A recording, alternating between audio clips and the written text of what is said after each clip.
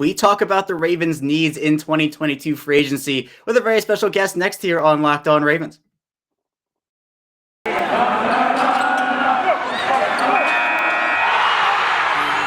You are Locked On Ravens, your daily Baltimore Ravens podcast, part of the Locked On Podcast Network, your team every day.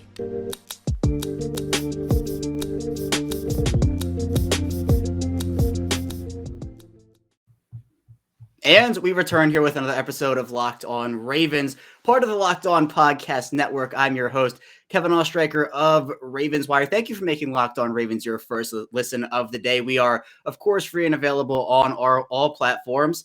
And back here on a Thursday with a very special guest, the first timer here on Locked On Ravens, someone who I've talked to before and knows his stuff, obviously, about the Baltimore Ravens, Bobby Trosset of WBAL Radio. Bobby, welcome to the show. How are you doing after that pretty trying Ravens season? Yeah, what's going on, Kevin? It's been quite a start to the offseason, right? It started slow, then it picked up, then it we're in the dead zone right now leading up to the NFL draft, but plenty to chat about, and thanks for having me on. Yeah, absolutely. It's great to have you here. And starting off, Bobby, before we get into the Ravens' needs, we're going to talk about those offensive needs in the second segment, defense in the third segment. I mean, the Ravens 2021 season, there was magic in the air, it felt like, over that first part of it, right? The Ravens going through the injuries they went through with J.K. Dobbins and Gus Edwards and Marcus Peters, etc. They go 8-3, and they're at the top of the AFC, and you're like, okay, like this is shaping up to be a pretty magical season here. And then the Miami game happens, and it goes downhill from there. They pick up a couple more wins, but it's just like something shifted, and obviously Lamar Jackson going out didn't help things. Bobby, what were your overall takeaways from this season and just what you can take into next year?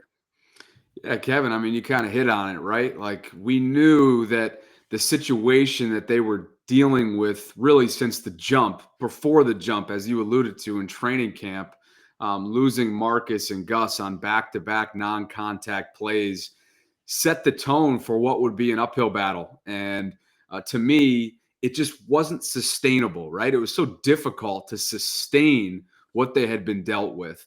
And so the fact that they were atop the AFC through 12 weeks, 11 weeks of football, 8-3 overall, to me is just the ultimate testament to what this year could have been. But again, speaking to the sustainability fact of it, it's just they were facing an uphill battle the entire time. And when you lose your former unanimous MVP back from the 2019 season, quarterback, obviously, who's got a lot looming right now for his future away from the football field as the Ravens and his camp, led by his mother and other folks legally, I'm sure, behind the scenes, kind of figure out what's next for Lamar. It's just that there was so much that this team was stacked against them. And, to me, I'm not surprised by the ultimate outcome, and the folks that aren't able to sort of within the fan base, right? They're so passionate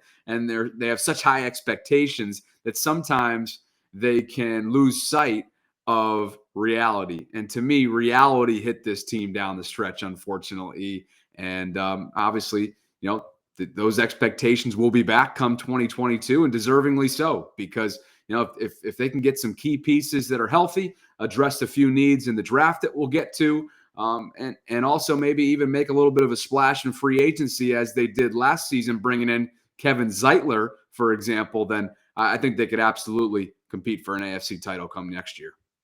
Yeah, and you talk about those expectations. I mean, this organization has been one of excellence for many, many, many years. It's been consistent with making the playoffs, making deep playoff runs, and obviously they haven't been as successful with that in recent seasons. But I think it also stung a little bit more for a lot of people because this is the Lamar Jackson rookie deal, where you have to take advantage of that window. Obviously, we're seeing what Cincinnati is doing on Joe Burrow's rookie contract, where they can kind of work with their cap space. For Lamar Jackson now, he's on the fifth-year option, and with the kind of maneuvers the NFL did to make that a bit different now, it's not just like $10, $12 million. He's playing on over $20 million, and it can be tough now for the Ravens to say, hey, we can make a multi-year splash because for this Jackson extension that seems like it's probably coming at some point with this organization. Both sides have been pretty open about, hey, I want to be here. I want him to be here, etc. to have a year like this in the last year of Jackson's cheap rookie deal was a little frustrating for many, and understandably so. But Bobby, this offense was one that, of course, during that magical part, I think we saw improvement from the passing game. And obviously with Dobbins and Edwards going down, I mean, you kind of have to rely on throwing the football a bit more. But there has been, I'll call it, discontent with Greg Roman among the fan base, or at least some of the fan base, over this past, it really seems like the past year now. But I think that before the Miami game, we did see improvements, and that's really what I wanted to see, that growth. Did you feel that same way, that the Ravens passing offense, at least over the first part of the year, took those steps forward? Yeah, I think the content that you're referring to, and the reactions that you're referring to within the fan base. And again, sometimes we give a too big of a voice to the folks on Twitter when it's like a certain percentage, such a small percentage of what really the fan base believes. In this case, in Greg Roman. Yeah, I know it seems like it's pretty heavy. There's a heavy dose of it, depending on where you look on Twitter. But look, I think that criticism is deserving number of areas on this team, and Greg Roman does not escape that. At the same time, to what you're alluding to, I would agree with that. They made steps forward in the passing attack, and I think you have to start with a few of the staff personnel adjustments that John Harbaugh made around this time last year by bringing in T. Martin, by bringing in Keith Williams, and having been out at training camp and at the facility throughout the year, the league year, you saw where a few of those enhancements were made, whether that was tactically or strategically or training wise. Using a soccer ball to catch footballs. I think from a hand-eye coordination, that's one of Keith Williams' bread and butter when it comes to his receivers. I know this week is interesting in Marquise Brown land because he's essentially scrubbed the Ravens. There's no more existence of the Ravens on his Instagram account. Now, we saw this with Kyler Murray last week as we taped this on the 16th of February. And so it'll be curious to see how that things shake out. That tells me that Marquise, I know I'm on a little bit of a segue here, Kevin, so excuse me here, but I think, to me, Marquise is saying, hey, I want a long-term deal. Eric DeCosta sees sentimental value in me because I was his first ever draft pick as a general manager of the Baltimore Ravens, obviously assuming the role from the great Ozzie Newsome. And Eric told us a couple weeks ago, Kevin, as you know, that he guarantees the fifth-year option for Marquise will be picked up before the May deadline. So, again, a little bit of an aside here, but I think that's all to say that Marquise took a step forward as a wide receiver. Is he a number one? Is he a bona fide number one? I don't believe so. Do I believe Rashod Bateman, their former first-round pick, has the potential to be that? I absolutely do. It's been a small sample size, but man, Kevin, he is silky smooth. He's got great hands. He's an elite route runner, as we knew he was coming out of Minnesota, and he seems to want and own the moment. So again, things did not work out well for him at the start of his career, right, with the groin surgery that he unfortunately endured at the end of training camp that forced him to miss a big chunk of the season. But nonetheless, I'm with you. I think the passing attack took steps forward. But I think any chance they have to bolster that, right? If they can find another big body wide receiver in the draft, or if something is economical enough in free agency, I think they have to entertain that because, let's be honest, Miles Boykin is not that. Marquise Brown is not that guy. Rashod Bateman could be that guy, but he's not massively overwhelming, right? He's finesse. He's silky. That's his thing. And we know Devin Duvernay can get involved with jet sweeps and screen passes, and we know he's a heck of an elite returner as well. So I know I left out a couple guys like James Prochet, but to me, long story short, they took a step forward. Let's see them bolster the offensive line now over these next few weeks.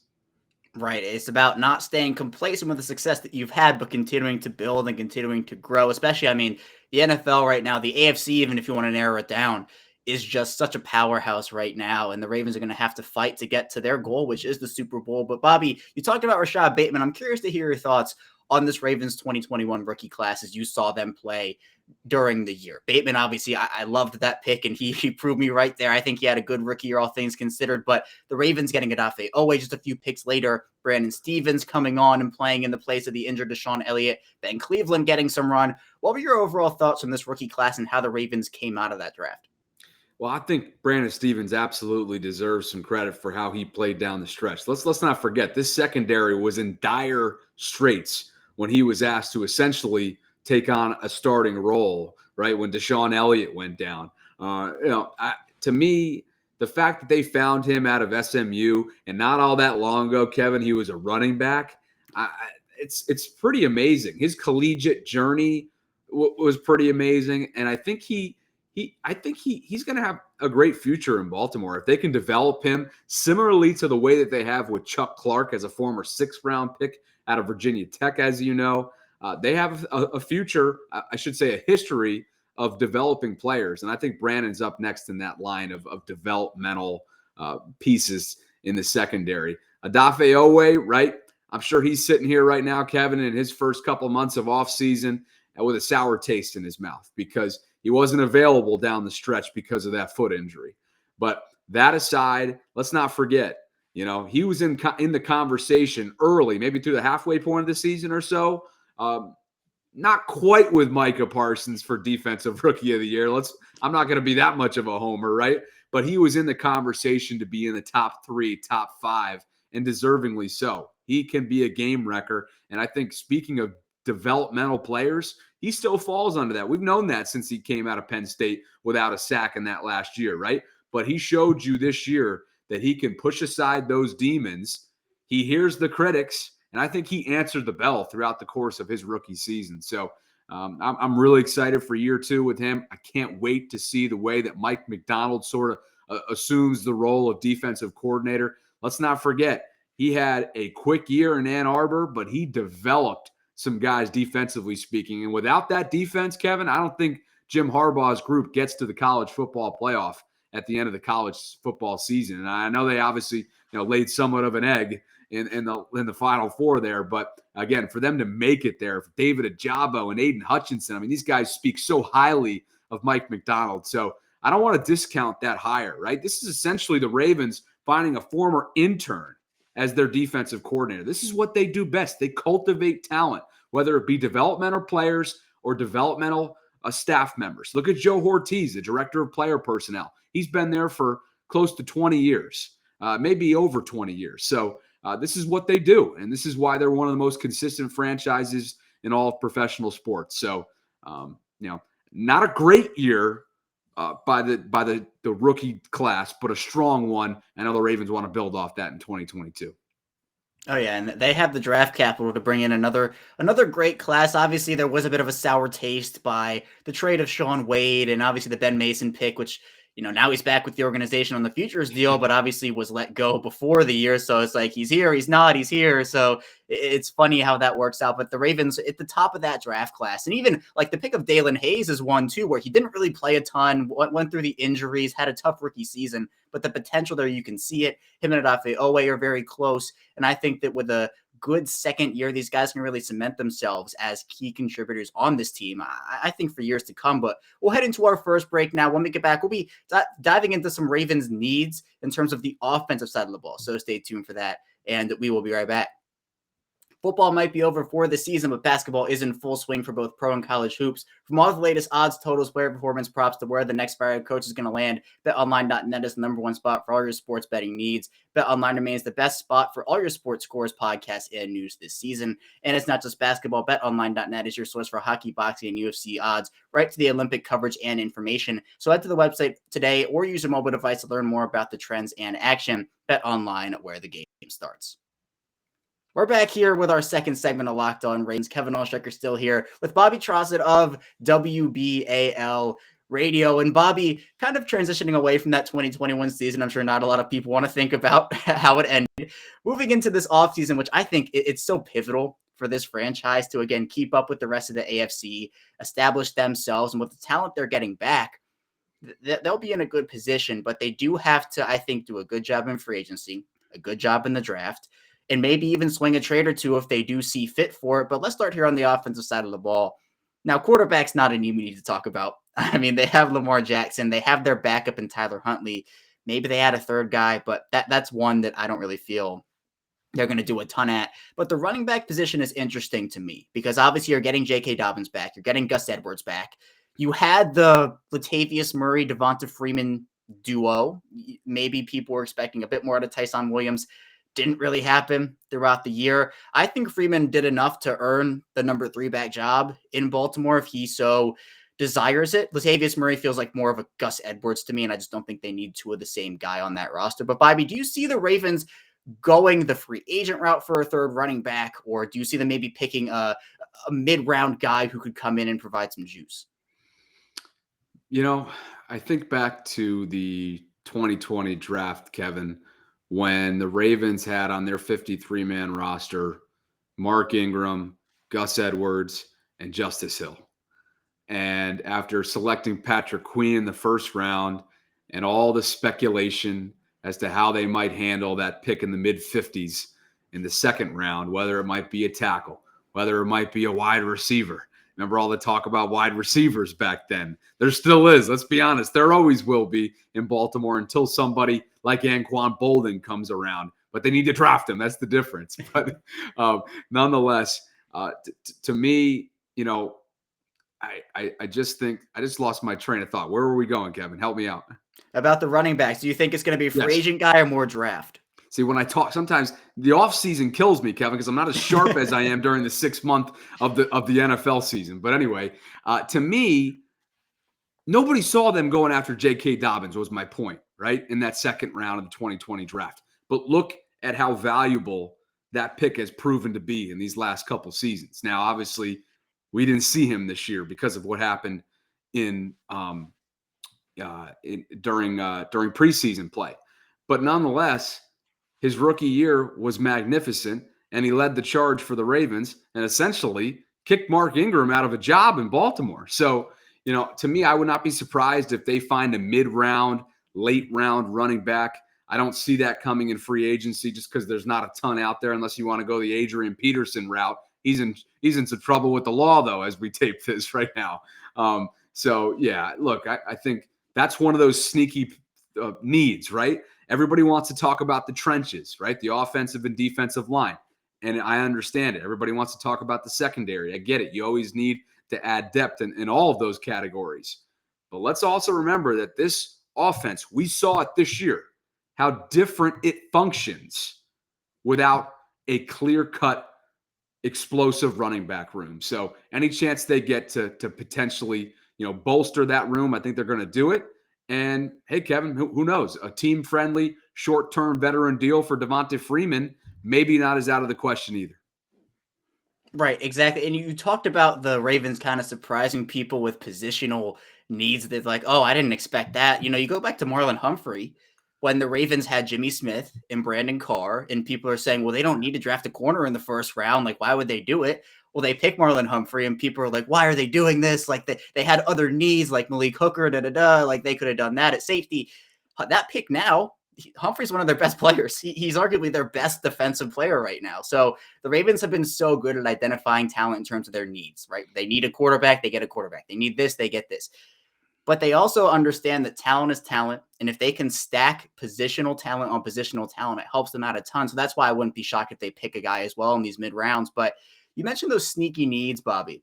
Yeah. And I think tight end is another one where you can look at it and you can say, they have Mark Andrews. They have Nick Boyle. Those are 2 really, really quality tight ends. But it just seems like the Ravens have been missing that third tight end ever since Hayden Hurst left the team. And now this offense, when Hurst was in Baltimore in 2019, it's very different now. They're probably not going to get back to that, absolute similar offense to 2019. I mean, they don't have Marshall Yanda, so it's probably a little bit impossible.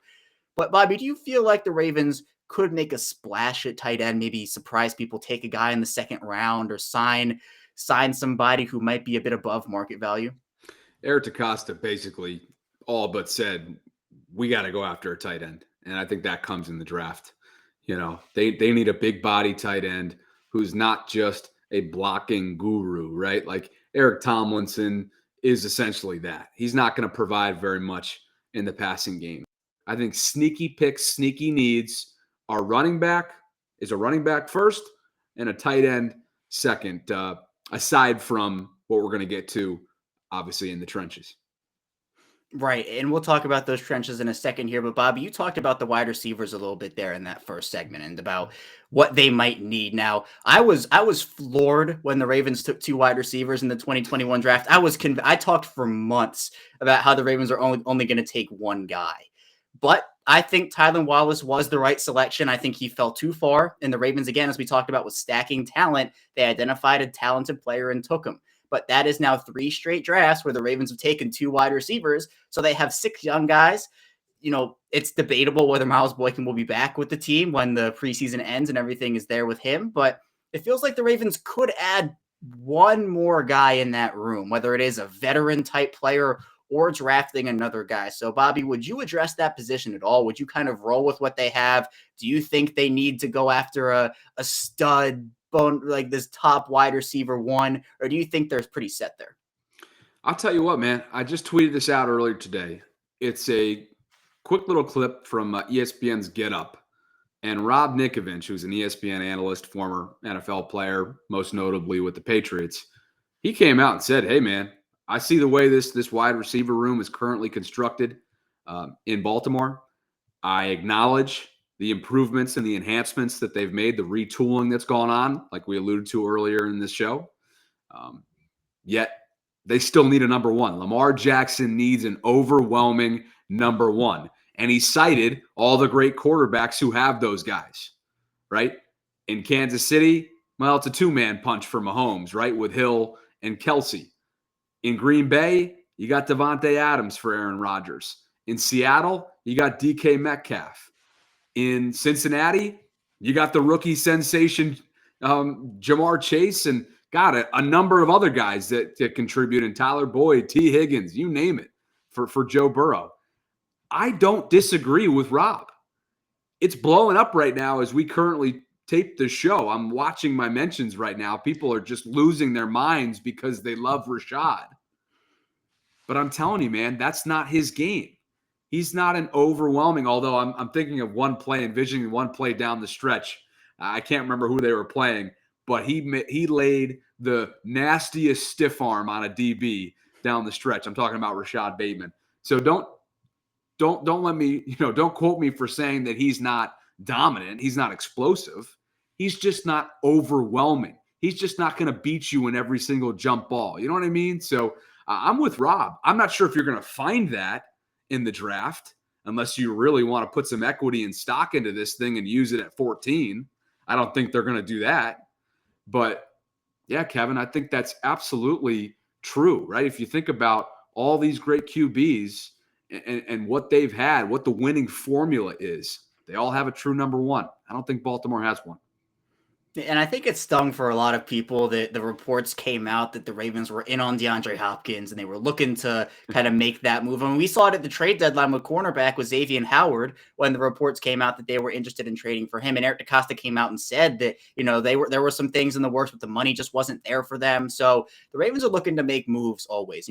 It sometimes seems with the way they operate that it's like, they're kind of passive. They're not really doing anything. But Eric DeCosta works hard. He's good at his job and he figures out the right move. Sometimes they're not the flashiest or the biggest, but for the wide receiver room, it'll be interesting to see how they approach that because they have talent in it, but how they add more talent if they do decide to do that is a very key point. But Bobby, we've saved the best for last on the offense, and that is the offensive line. It is in my opinion, the number one need for this team. I've said it time and time again. It doesn't matter how good your quarterback is, your running backs, your wide receivers, your tight ends. If there's a defensive player in the backfield every 1 second, every 1.5 seconds, there's not a lot players can do with that. And Lamar Jackson is one of the better ones at making something out of nothing with that. But so, Bobby, there are some questions there with center, Bradley Bozeman, whether he will be coming back or not. Obviously, the health of Ronnie Stanley, another key point where he has not played a full season in his entire career. So the Ravens, as Eric DeCosta said, they can't bank on that.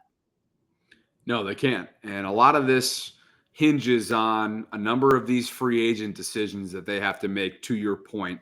And right at the top, headlining that group is Bradley Bozeman, who has transformed himself into a Pro Bowl caliber center. Let's be honest. When he's fully healthy, he is a heck of a contributor. We know what he does away from the football field. He's beloved in Baltimore. He and his wife, Nikki, through their foundation, everything they do for anti-bullying initiatives, everything they do for, the homeless and the hungry in and around Baltimore. I just have to say that, tip our caps to the Bozeman family. They have been just tremendous individuals and assets to, really ambassadors here in Baltimore. So anyway, I think he may have played his last snap as a Raven, unfortunately. And I think he tipped his hand, Kevin, in that last minute, I should say end of season press conference, getting emotional. I think he knew how far apart the two sides may have been entering that end of season press conference. So if that's the case, Ravens are in the market for a center. And I know probably a dream situation based on mock drafts and watching some tape of him myself would be Tyler Linderbaum being available there, the center out of Iowa. We know Eric DeCosta has great rapport with the Iowa football program, and it seems like this kid could really come in and walk in as a day one starter. At the same time, Kevin, look, they need some tackle depth. They just do. They're okay at guard right now, right? They have a number of different options, whether it's Ben Powers, Ben Cleveland, Tyree Phillips, who we know is a guard, not a tackle. That's all respect to Tyree. I don't think he's going to be a tackle guy in the NFL. I think Alejandro Villanueva has played his last snap in Baltimore. He may have played his last snap as an NFL player. And again, tip your cap to him. He served our country. He had a great stint in Pittsburgh, but I think, it was, although he had, some flashes of brilliance and consistency last season, the majority of it was up and down. And I think the majority of the fan base sort of remembers that. So yeah, lots of questions, but I think if I had to place a need in front of it, right, because of how much versatility they have at the center position, whether it's Tristan Colon or Patrick McCary, to me, it's tackle depth and then the answer at center. Yeah, there's a lot there because McCary, for me, is somebody who I think is a dream sixth offensive lineman, right? He can come in, play anywhere where you need him to.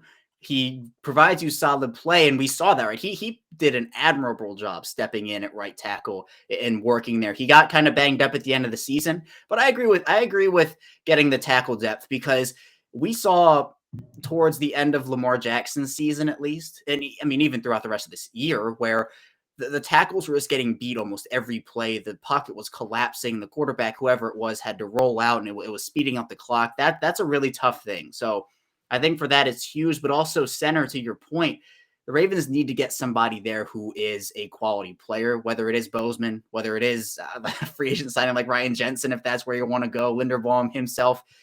Going back to the Matt Skura 2020 days where Lamar Jackson was looking like Odell Beckham, snagging those one-handed snaps, and they're going over his head. And that's how he got injured in that Buffalo game. Patrick McCary snaps the ball over his head. Jackson gets hit going for the ball. So center is a very, very underrated position, in my opinion. So the offensive line is definitely, for me, the number one need on this team. But we'll head into our final break. When I get back, we'll flip the field, talk about the defensive side of the ball. So stay tuned for that, and we'll be back soon. We're back here with our final segment of Locked On Ravens. Kevin Alshaker still here with Bobby Trosset. And Bobby, the Ravens defense, a tale of two sides. This run defense was incredible in 2021, but the pass defense, not as incredible, to put it nicely. And I think where I want to start with you is on the front seven, so we can group in, defensive line and outside linebackers, inside linebackers. It seems like the Ravens will be undergoing some sort of transformation on the defensive line because with Calais Campbell being a free agent, Brandon Williams being a free agent, you never know. The Derek Wolfe injury too, how healthy is he going to be? When is he coming back? It can be tough there. Outside linebackers, Tyus Bowser suffers that torn Achilles in week 18, just a terrible bow to a terrible injury season for them. And then the inside linebackers, you have a guy like Josh Bynes you could bring back alongside young linebackers like Patrick Queen and Malik Harrison. But where are you in terms of how big the need is on their front seven right now? Massive. Absolutely massive. There has not been a consistent pass rush in a number of years. And I know a lot of Ravens fans are, knocking on the door about this topic, deservingly so. It hasn't been good enough. And to your point, I think we're going to see a significant revamp. I think we're going to see a rejuvenated defensive line and almost an unfamiliar defensive line, right? I think based on what we heard earlier this week at the Super Bowl, I should say last week technically, from Calais Campbell, tells me that he's got 1 or 2 more years left in him. Whether or not that's in Baltimore, I think obviously remains to be seen. But to me, I think they sign him to a team-friendly short-term deal at this point in his career. He said all along, Kevin, that he wants 2 things in his football career. 1, to play 15 years. He just finished his 14th season.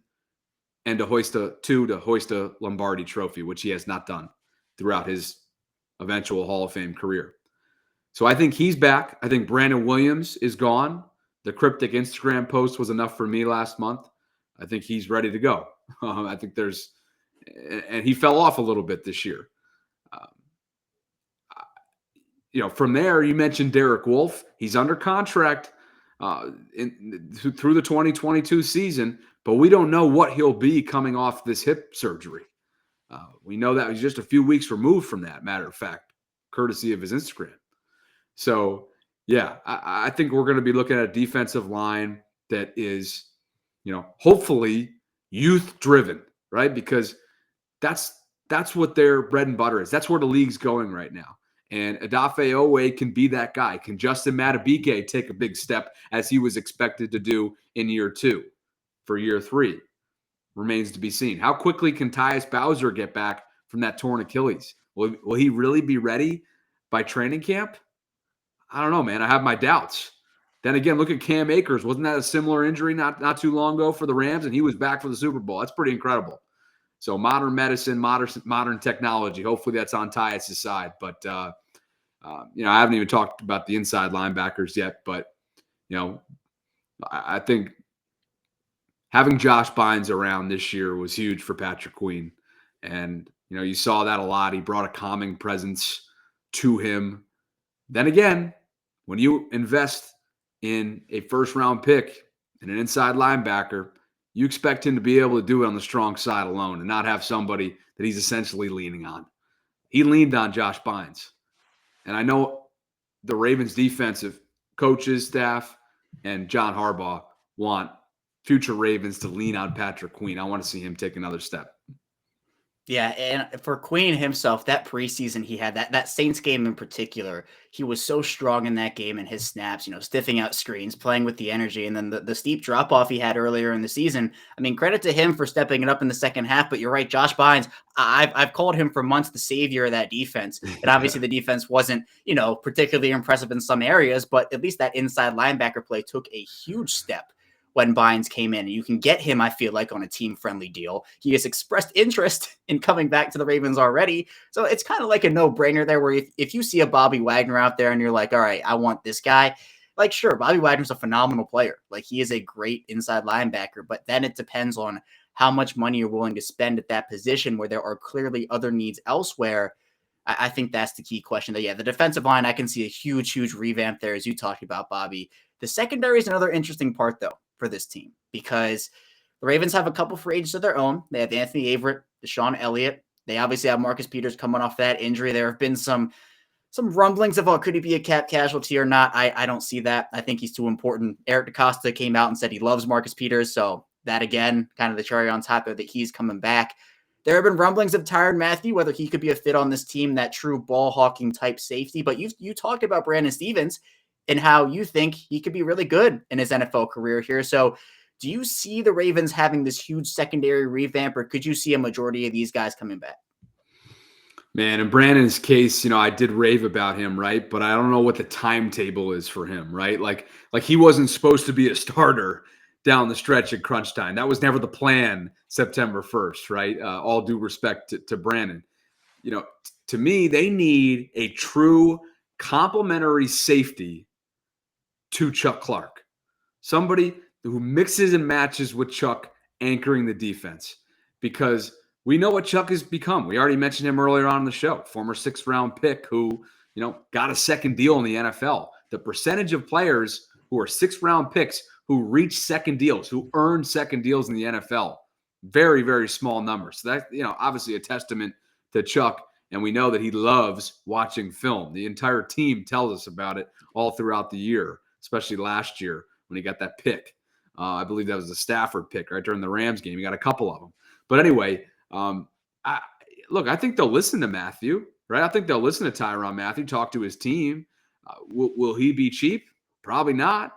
Not with his track record. He's the honey badger, for goodness sakes, So I just think that Deshaun Elliott's future is certainly, I would say, more than uncertain in Baltimore based on his injury track record, which is too bad, dude. He is one of the most hard-hitting players, defensively speaking, in the entire NFL. And it is so sad, much like Tavon, that those two guys have not been able to stay healthy throughout their respective careers. So at some point, you got to ask yourself, right, the ROI here, the risk versus reward, specifically with those two guys, where you look at their availability. Availability is everything. Calais talks about that all the time, right? And those two guys have not delivered, unfortunately, in that situation. Execution, they've delivered pretty well. Professionalism, certainly delivered in that. Availability, man, that's everything. It's huge. And for Tavon Young, I've gone out on a limb for him for at least for most of the 2021 season. I called him the Ravens' best tackler. And obviously there was a low bar to start the year. But I think that for him, his availability has been very much in question. And he was able to put together a very healthy year in 2021. For Elliott, he had the 2020 season. He played in all the games, and you're like, all right, this is the breaking point for him. He's all of a sudden going to be this guy. But 3 season-ending injuries in 4 seasons. Again, it's like with Ronnie Stanley, you can't rely on that. So if there's a 1-year prove-it deal for Elliott, I think that's completely fine. But at the end of the day, what I was talking about in the 2020 offseason and even the 2021 offseason was exactly what you were saying about having that true like ball hawking type safety who can go back, like Earl Thomas in 2019. Obviously, that did not work out at the end of the day, but you had a player who could go play single high, really put worry in quarterbacks and make sure that they understood that, hey, we're not going to be able to throw in the deep half of the field all the time because there's a rangy safety who understands the game. So I'm not saying Deshaun Elliott can't be that. I'm not saying Brandon Stevens can't be that, but to have a proven option next to Chuck Clark, as you're saying, Bobby, I think that's huge. And then in the cornerback room, Anthony Averett, it seems like he might get a decently big money deal elsewhere. Corner is a premium position. I don't see the Ravens paying that for him. Maybe he comes back, maybe he doesn't. But the secondary is a position or a group where they have 50 million corners to start the year and like 2 to end the year every season over the past couple of years. So it's unbelievable. I think Averett has played his way out of Baltimore. I think that's what you were getting at, and I agree with you. Hey, maybe he'll head up to Wink Martindale land now in New York, right? To play for the Giants, maybe, because we know Wink loves him. I had a couple standoffs with Wink throughout the course of this season about that exact topic. And I just brought up a list here just to kind of talk a little bit about some other options, right? Besides the sexy pick on Twitter in Tyrann Mathieu in terms of free agents. And Jeff Zrebiec of The Athletic mentioned this in a recent column of his, so I just decided to jot this down. Stephon Gilmore is available, the Panthers cornerback. Obviously, he's not cheap either. We mentioned Tyrann Mathieu. Marcus May, the Jets free safety. He's eligible to hit free agency. He's 28. A few other guys. And then, defensively speaking, too, Jeff mentioned Hassan Reddick, the Panthers outside linebacker, had 11 sacks in Carolina in 2021. They made a run reportedly at him this past year. It didn't work out. Akeem Hicks, the Bears defensive end, another guy who won't be cheap. So, to me, what's the point, Kevin, in bringing in guys that are on the other side of 30, right? Like, you got to bring in guys who have a proven track record, who have been reliable, available, and have upside. And that's tough, right? There's a small market here. And so that may have this depth that we're talking about, right? In a number of these different areas may have to come in April. Right. And that's where the key 10 draft picks come in. Obviously, they have 9 in the top, 130, 140. So they have a lot of work to do.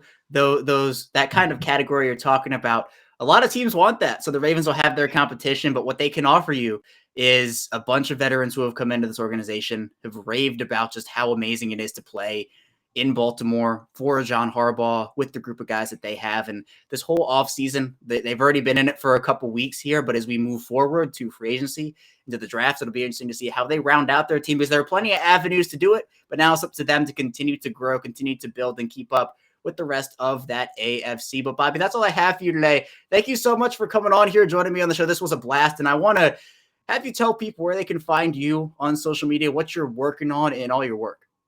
Yeah, appreciate it, man. Always a pleasure to join you and return the favor. You know, you've been on my show a number of times throughout the season, so much appreciated. But you see it underneath my screen here, my Twitter handle. That's also the same for Instagram and Facebook. I probably churn out the most content on Facebook. I'm trying to get Instagram going as well, kind of converting that from personal to a mix of personal and professional, which is fun.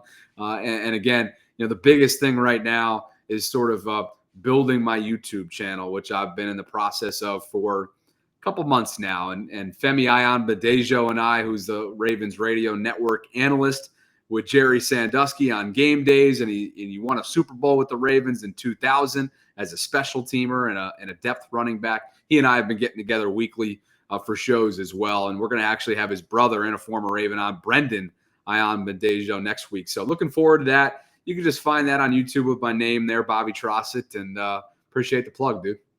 Yeah, no, of course. And hey, we're on YouTube here too. So the link to Bobby's YouTube and of course his Twitter handle will be in the description below. So be sure to check it out. Bobby, he puts out great work. You won't be disappointed here. But thank you again. This was great. But that's all that we have for you here today on Locked On Ravens. Let me get back here tomorrow. We'll round out the week, of course, with more Ravens talk. So stay tuned for that. And I will see you tomorrow.